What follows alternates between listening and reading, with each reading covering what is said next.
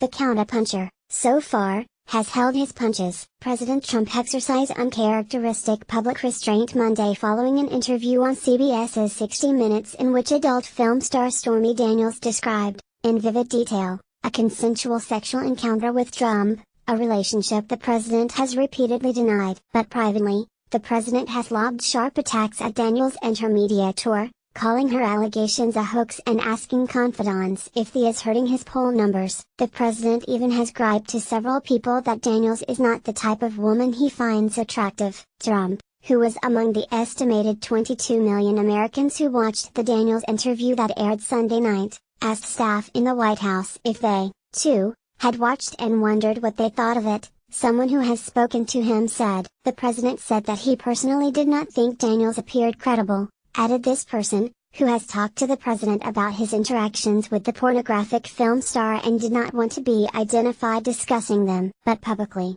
Trump was uncharacteristically silent after the 60 Minutes interview, in which Daniels recounted having unprotected sex with Trump in 2006 and described being verbally threatened 5 years later by a man she didn't know to stay silent about her allegations. Daniels, whose legal name is Stephanie Clifford and who was 27 years old during the alleged encounter, also said that she did not find Trump, then 60, attractive and that she viewed the encounter simply as a business deal.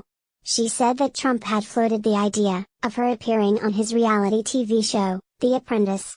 Experts say any possible legal danger for Trump stemming from the alleged affair could come from the non-disclosure agreement that his longtime personal attorney, Michael Cohen, executed with Daniels shortly before the 2016 presidential election. In exchange for her silence, Cohen facilitated a $130,000 payment to Daniels in October 2016, which, if deemed an in-kind contribution to the Trump campaign, would violate federal law. The president and his White House staff have hewed to a remarkably disciplined and restrained playbook, a departure for the normally brash Trump, who is usually reluctant to let a slight go unanswered. Trump has not personally addressed the matter in recent weeks, and while his spokesmen have broadly denied the allegations on his behalf, they have declined to publicly litigate Daniels' specific claims. The president strongly, clearly and has consistently denied these underlying claims, Raj Shah, the principal deputy White House press secretary, told reporters Monday. The only person who's been inconsistent is the one making the claims. The closest Trump skirted to weighing in came in a tweet Monday morning that did not reference Daniels or the interview but generally decried what he said were a spate of false media reports. "So much fake news," Trump wrote. "Never been more voluminous or more inaccurate, but through it all, our country is doing great." Lanny Davis, a former White House special counsel who helped President Bill Clinton navigate the Monica Lewinsky scandal, said Trump is sending a message with his lack of direct engagement. "His absence of comment, to me, was a concession to a not very shocking or newsworthy conclusion, which is that he carried on extramarital affairs," said Davis, a partner at the law firm Davis Goldberg Galber. "He was silent and wasn't attacking or criticizing or contradicting her."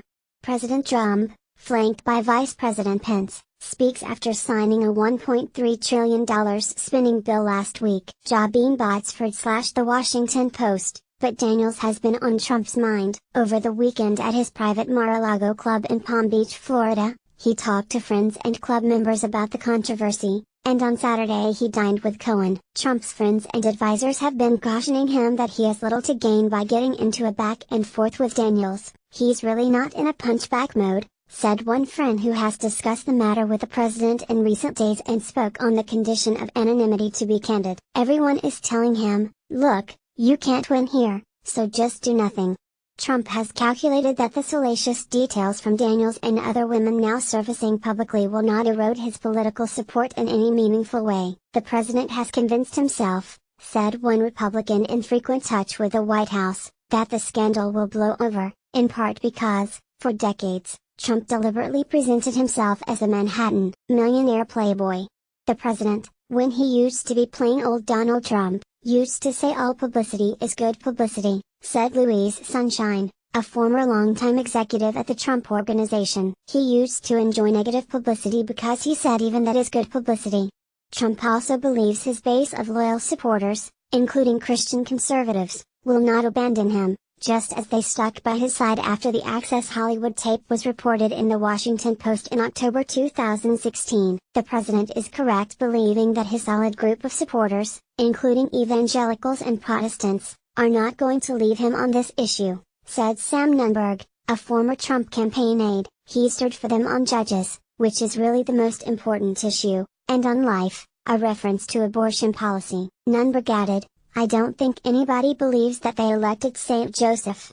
Still, Trump's friends say that the allegations, not only from Daniels, but also from Karen McDougal, a former Playboy model who has alleged a nearly year-long affair with Trump, and from Summer Zervos, a former Apprentice contestant who is suing Trump for defamation, have caused a strain in his marriage. First Lady Melania Trump did not return to Washington with Trump on Sunday, instead remaining at Mar-a-Lago for what a White House say it called a previously scheduled spring break.